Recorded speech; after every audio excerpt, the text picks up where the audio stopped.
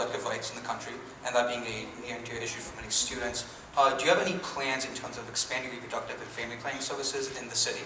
Do I have any plan? Are there any plans in terms of expanding reproductive and family planning services at a local level in the city? The city is home to Planned Parenthood, which undertakes a significant amount of the counseling and services that are provided there. Of our 2 hospitals, Robert Wood Johnson is also involved in those in programs that assist those in need or who want those services. So the city continues to be very much a place where people who are looking for those types of services will be able to obtain them without any difficulty that might be experienced in other parts of the country. Thank you. So the next question is kind of, we have 2 that are kind of similar in what the topic we're trying to ask is. Yeah, I submitted that question. Good. Yeah. Would you be able to answer whether you plan to expand the services, though? And there was more context to that question. It was, given the state of the reproductive rights in the nation, and your absence at all 3 rallies concerning reproductive rights in the city of New Brunswick that were all at City Hall, I wanted to know if you plan on expanding these services. You mentioned the services that exist, but New Jersey is a safe haven state, which means that we are overburdened. And we don't have enough, and Planned Parenthood is all the way on the edge towards North Brunswick. Also, I've called to make an appointment, and I've had to wait 4-6 weeks ahead for an appointment, and that's insufficient. But it is out of the way. I use public transportation, I am low income, I don't have a car, and I have to take an Uber or a Lyft to get there, so I can't take any of the public transportation lanes that run through the city to there. So my question was, do you plan to expand those services? As a government entity, the city of New Brunswick, there are no plans for the city to get into the reproductive services business. Government just doesn't do that. What they do is they facilitate and work with other healthcare providers that do enjoy providing those services and can provide those services. You're the very first person who's mentioned to me that you were denied or delayed in the services that you were looking for. No one else has said that we are underserved as a community in that way. I know it was raised in the course of a recent campaign by my opponent. I know I wasn't at those events, but candidly I didn't know about those events, but that could have learned of it. But there's a lot of events that a lot of the candidates didn't go to, and the fact that you're not there doesn't mean you do or you do not support any given subject matter. So with that said, now that you've mentioned it to me, it is something that I will do starting tomorrow, and talk to those people who are involved as service providers in those areas and see if there is a need to expand, and if so, coordinate and facilitate the opportunities so that people will not have a lack of service that they need, that they're entitled to, and that by law in the state of New Jersey is constitutionally protected. Thank you so much for answering the question. I really appreciate it. Thank you for your question. Just as a reminder, since we do have a lot of different questions and topics that we want to try and get to, we are asking just to send a question via form, so that way we can ask a variety of questions and a numerous amount of questions, so that way we don't run into anything for too long. So the next question, as I was saying, was a bit of a combination of 2 that deals with diversity and feeling that we're creating an inclusive environment here at Rutgers and in New Brunswick. So the first part is, how does the mayor's office foster and encourage diversity, make all people feel welcome and included? And the second part is a bit more specific, in that it's asking what you and your administration is doing to combat specifically anti-Black racism and rhetoric in New Brunswick. Okay. With regard to the first, and it deals with the answer to the second as well. New Brunswick prides itself on its 300-plus year history of being a welcoming community. What does that mean? It means that New Brunswick has been a port of entry to people from all over the world since its very beginnings in the 1600s. The people that have come here look different, speak differently, perhaps practice different faiths if they practice any faith at all. And through that time period, New Brunswick has prided itself on trying to be a place that offers opportunity to people for a better life. That's particularly true during the years that I have been mayor, in which we foster a spirit of camaraderie, of community, and togetherness. And the second part of that question, what do you do when there is African American racism sentiments expressed? Candidly, I don't hear that very much, if at all, in the city of New Brunswick. And that's pretty much because it's not tolerated here. So if somebody is aware of a specific instance of that you here in the city of New Brunswick were the recipient of that type of comment, please either share it with me after the meeting, and I'd be glad to help address it.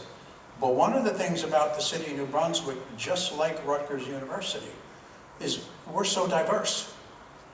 The population, you're more likely to find somebody who looks different than you on Rutgers University campus and on the streets of the city of New Brunswick than most other places around the world. And that's a situation that here in the city of New Brunswick we celebrate.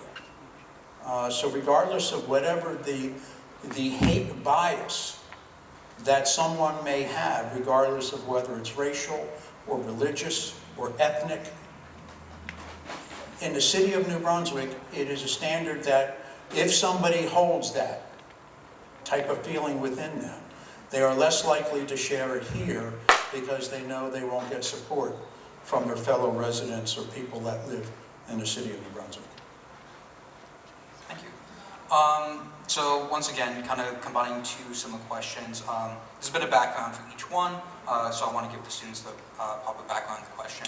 So the first question, they talk about visiting a site on the New Brunswick website, mentioning complete street designs, regional plan design element to support and promote different forms of transportation, especially biking.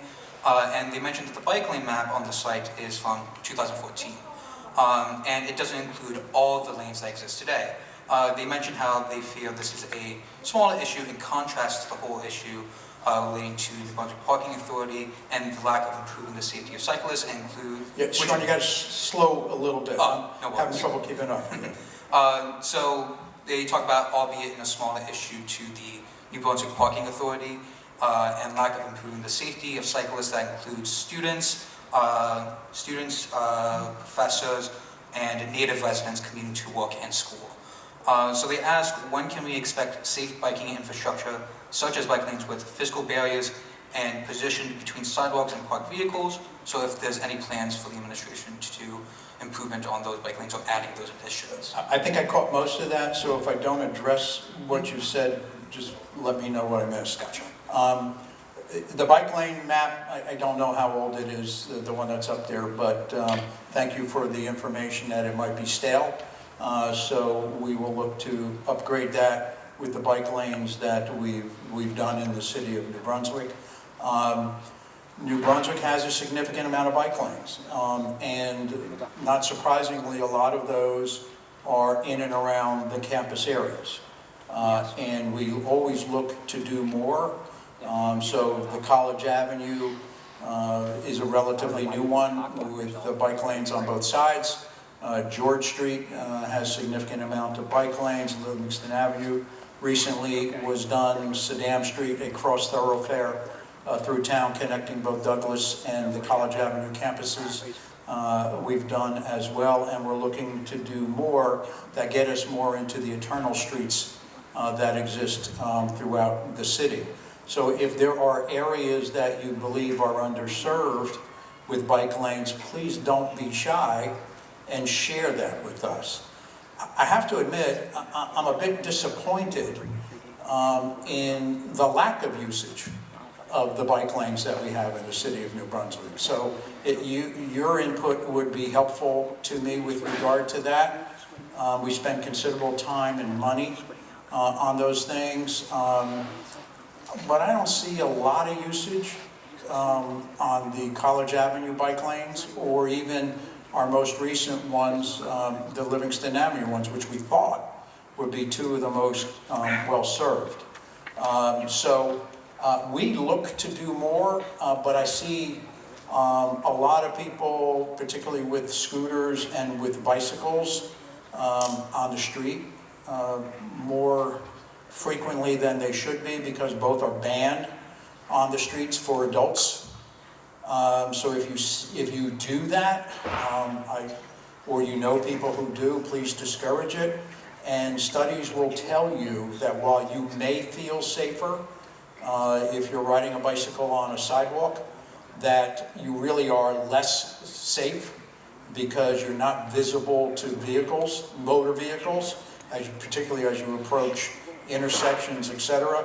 And you're certainly not making a safer environment for the pedestrians who at any given time you might be sharing the sidewalk with.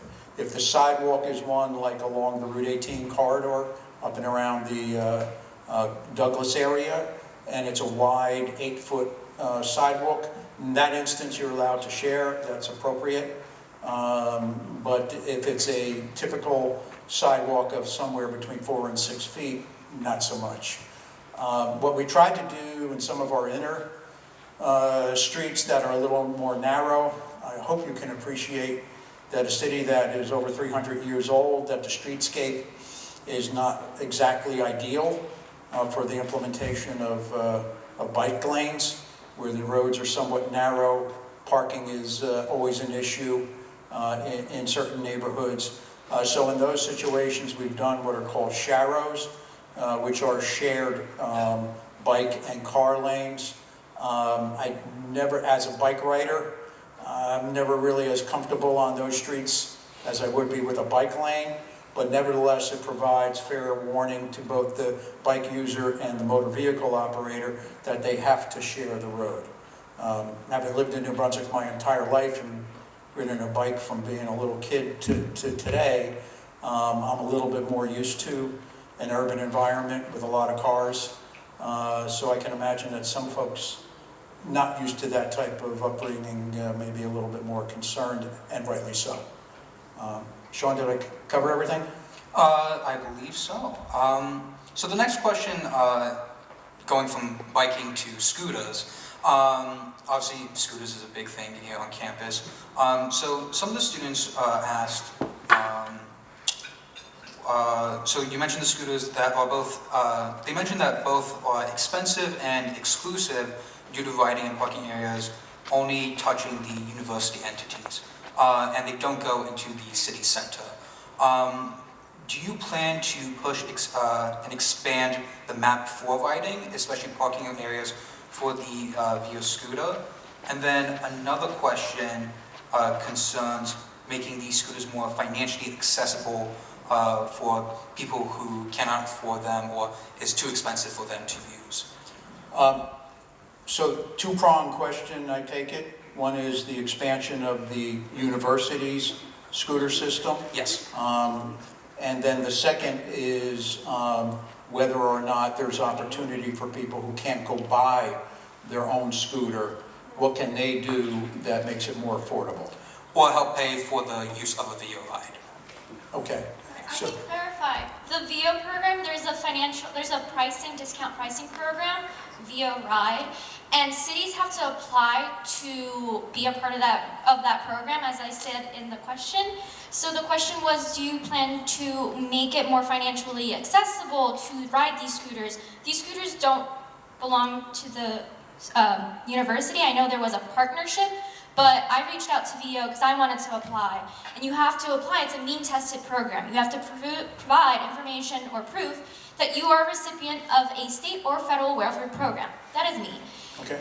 But I can't do it because their list of cities is a list of 13 cities throughout the US.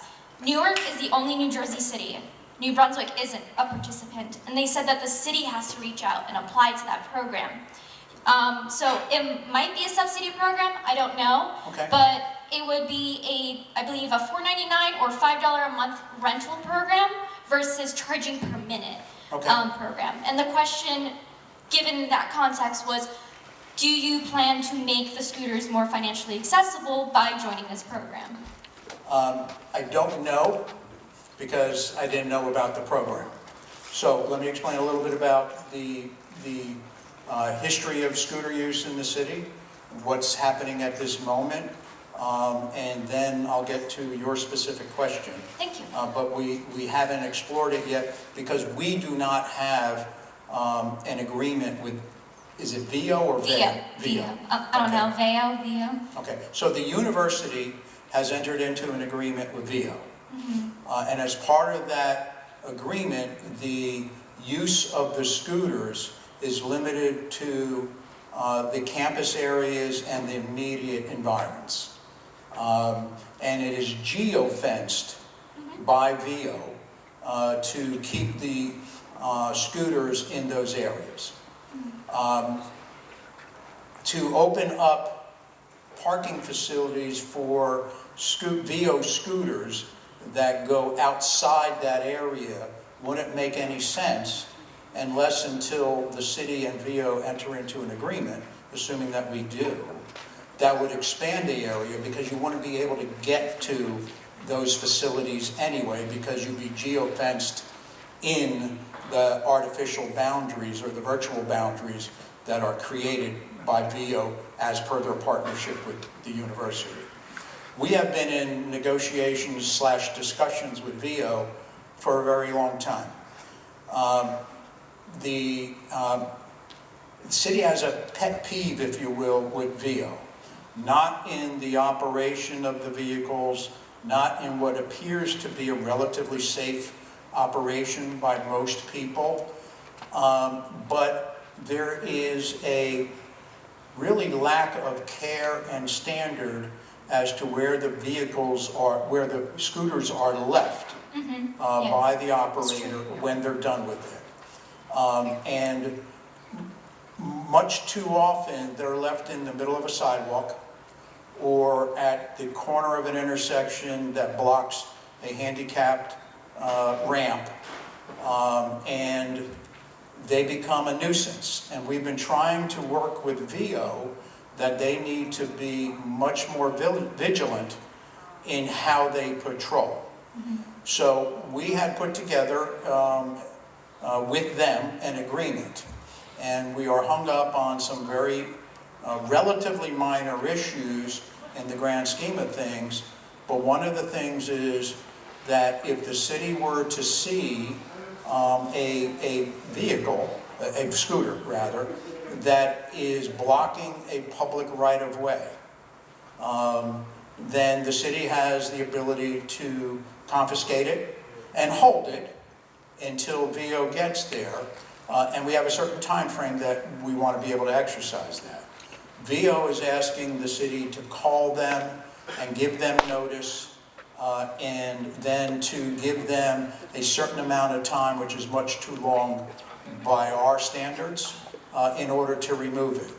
Now, the reason that I may be sensitive to this, and others in the city are too, is that we had a barrier-free committee in the city of New Brunswick that helped us to design all of our streetscapes and sidewalk areas to try to make us as to eliminate all of the challenges to those that are less mobile to get around the city. To have someone be inconsiderate enough to lay a scooter in the middle of a sidewalk, while most of us are fortunate enough to be able to walk around it, there are too many people who are literally stopped in their tracks from getting to the other side of that scooter. Now, we've had, I have a dear friend who was the head of the barrier-free committee, who was quadriplegic. We had a long-serving council person, Rutgers graduate Bobby Racine, who was confined to a wheelchair as well. And they really raised awareness on the part of city residents as to how difficult it can be for somebody not only to get over a scooter, but in some instances get over something that may be raised by an inch or two. So we're looking for support and help from VEO. When we get that help and support and come to a reasonable consensus on how we deal with that subject matter and some others which are not as significant. I think we'll be able to come to terms, expand the areas of scooter use within the city, and create more accessible and better located scooter parking facilities. Having said that, that may be a reason why I'm not familiar with whether or not there are financial programs available for those that can't afford the cost of renting a scooter.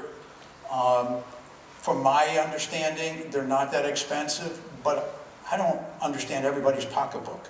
And I know there are people who don't have anything, much less the couple of bucks it might cost several times a day to cover the cost of that transportation.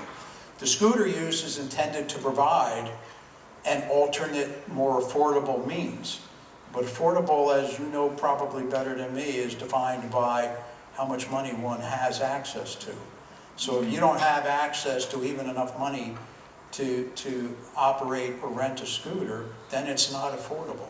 So if that's something that is helpful, we'd be definitely willing to go look at that. But we don't have that agreement with VO yet. So it's contingent on the mapping and the responsibility of VO with the scooters to make it more affordable to the residents? Could you repeat that? You're saying it's so, to make it more affordable, it's contingent on the mapping and the placement of the scooters after they're ridden? I heard the question, I didn't understand it. If we change the mapping? Yeah, is that when you would consider making it more affordable? Like joining that It program? is. I can't regulate what VO does until I have an agreement, until the city has an agreement with VO. So until that time, it's really a VO program of which we have very limited control, and that control is only provided under our general ordinances to make sure that they're operated on the streets properly and carefully. As far as the standards of what they do to raise money, how much they charge, and those types of things, that's regulated by Rutgers University. I'm assuming it is, in their agreement with VO. I asked VO, they said the city would have to partner with them to lower the price. But thank you for speaking on that. It is a salient issue considering that also it's not really accessible to native residents, not just the students or gentrifiers. So, Yeah. Yep. But thank you. I agree, thank you. Also, Blaustein would love to work with the city. They've worked with the city on Cyclovania, other biking projects within your tenure, and once they left those efforts, the city kind of fell through with those plans. But Blaustein is right here, and they're excellent geniuses when it comes to cycling, bike lane infrastructure, and they've spoken with the planning board actually. And I've also I'm sorry. I know you want to. I'm sure the mayor can talk to him afterwards, but we're trying to get to other questions right now. Okay, thank you. I appreciate your considerate answer. Thank you. All right, you're welcome. Thank you.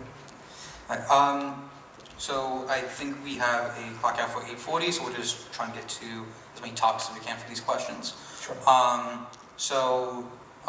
I know some people submitted some extra information with them. I'm just going to try to stick to the questions, that way we can get through as many as possible.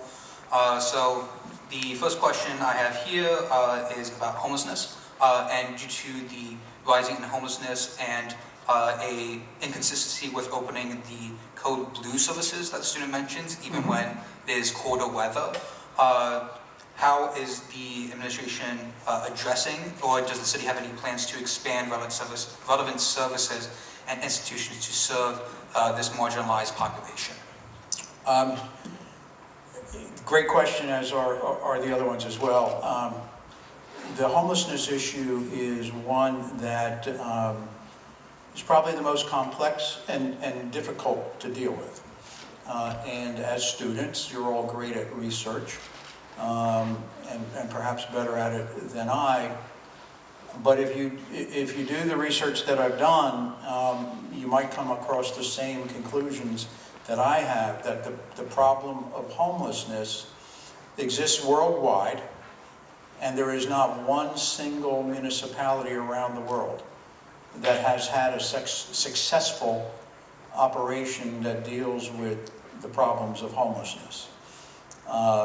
So we have been fairly successful in the city of New Brunswick, and that problem has been compounded with COVID, where it seems that the numbers of people who are homeless now are greater than they have been, as certainly at least in my recollection. There's a fundamental problem that exists here in the city of New Brunswick, and all of you can help us right what I consider is very much a wrong. And that is, people have a tendency to think that homelessness recognizes municipal boundaries. That if you see someone who we might walk out the door tonight, that somebody starts asking you for money or is holding a cardboard sign that's asking for some help, that's a New Brunswick problem. And indeed it is. But it's a problem that's shared by all of us. All of us in a region, in a nation, and the world. In all likelihood, that person that you may see that's outside begging for money isn't from the city of New Brunswick. They didn't start their homelessness trail in the city of New Brunswick. But if you look at least the 25 municipalities that exist in Middlesex County, and if you draw a circumference that goes even beyond, you will find that there's no municipality that does more effort to deal with the problems of homelessness and all the social services that are involved in that than the city of New Brunswick. So what winds up happening is the poorest community is called upon to do the most amount of work for the poorest and most in need. We accept that challenge. I've talked to you before about being a welcoming community. We accept that because we are a caring community, but we need help. So our plan is to try to develop a full-service program that deals not only with the shelter component, because the shelter component will be short-lived if the individuals that need different types of services, whether it's something that's financial or educational or job training, but it could also be, some type of addiction that they suffer from. It could be mental illness, etc. So the game plan is to develop a campus that provides housing first to get people safe and secure, to surround them with physical, mental health, and all of the wraparound social services they may need to either get them back onto their feet or into an environment that is more conducive to address their needs on an intensive and continual basis. That once we find what those areas are, to make sure that there are newly built housing facilities that are in great locations spread around the area, that will be close to transportation, job opportunities for those that are capable of working, and gives them the mental health and the counseling and all of the social services and addresses the financial needs that they have to have them lead as productive a life as they possibly can. What we've seen is that what we've done thus far doesn't solve the problem. And I don't know that there's a solution that actually will eliminate and eradicate homelessness entirely, because there's an individual responsibility on the part of the homeless individual to want to have help.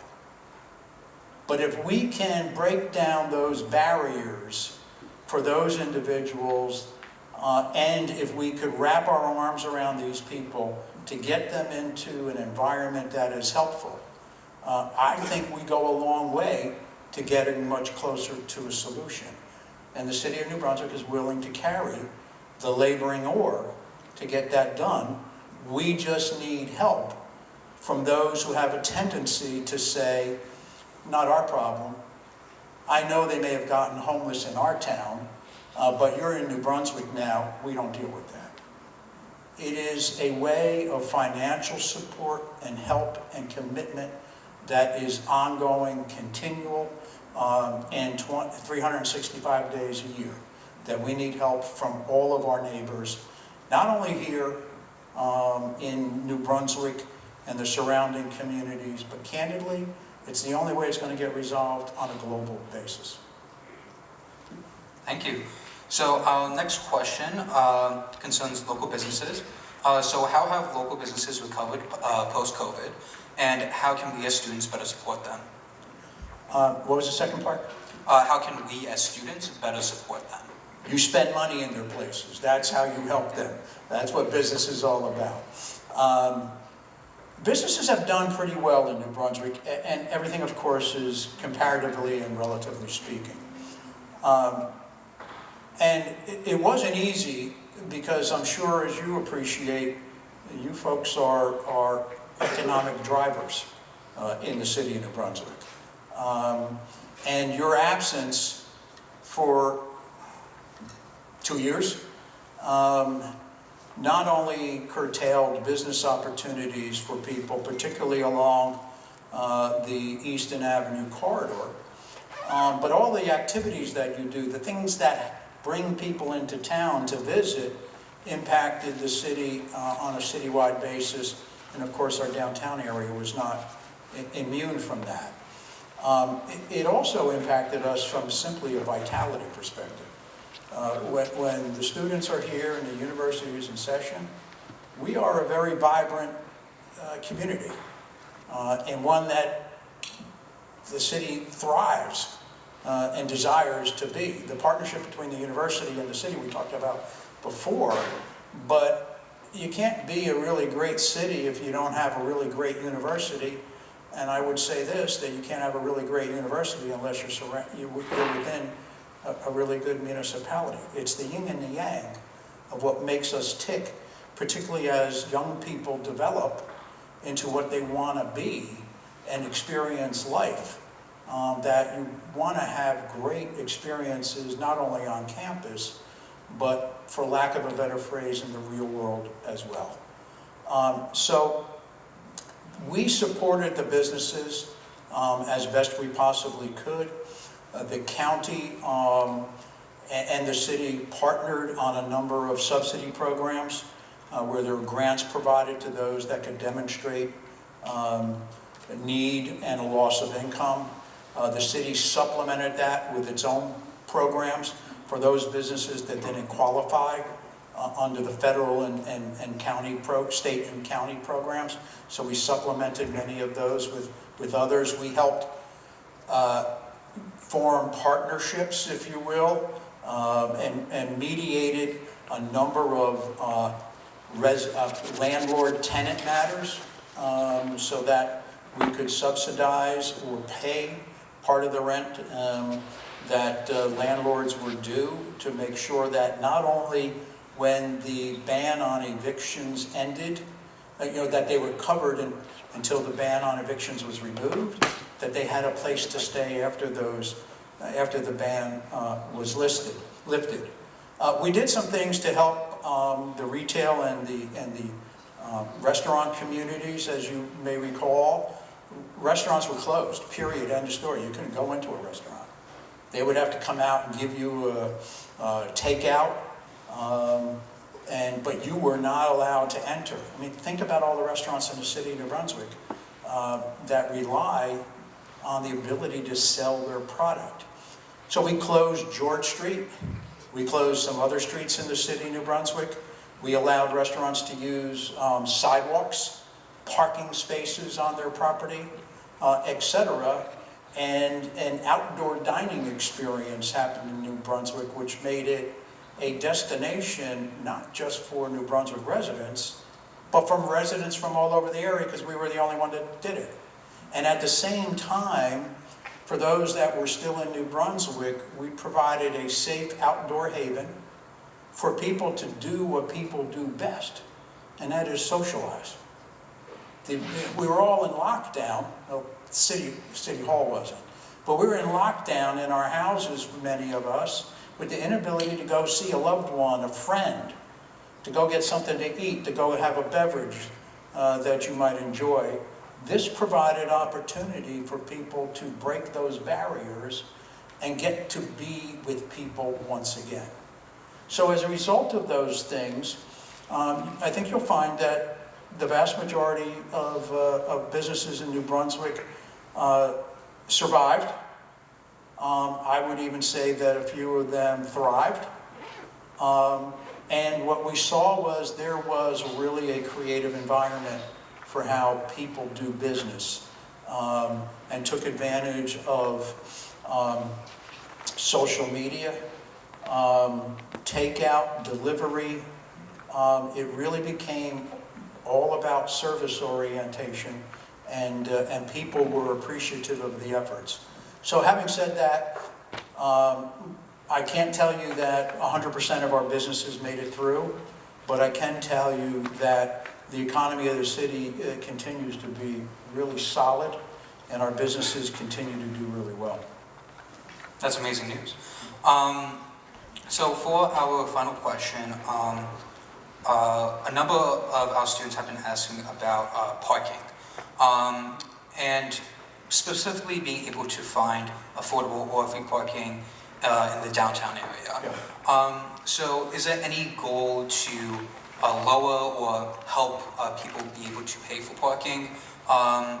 And if there's anything the administration has in the works for that currently? There's opportunities for reduced parking at certain times of the day and evening, but if you're looking for a parking space outside those times, there's not much help.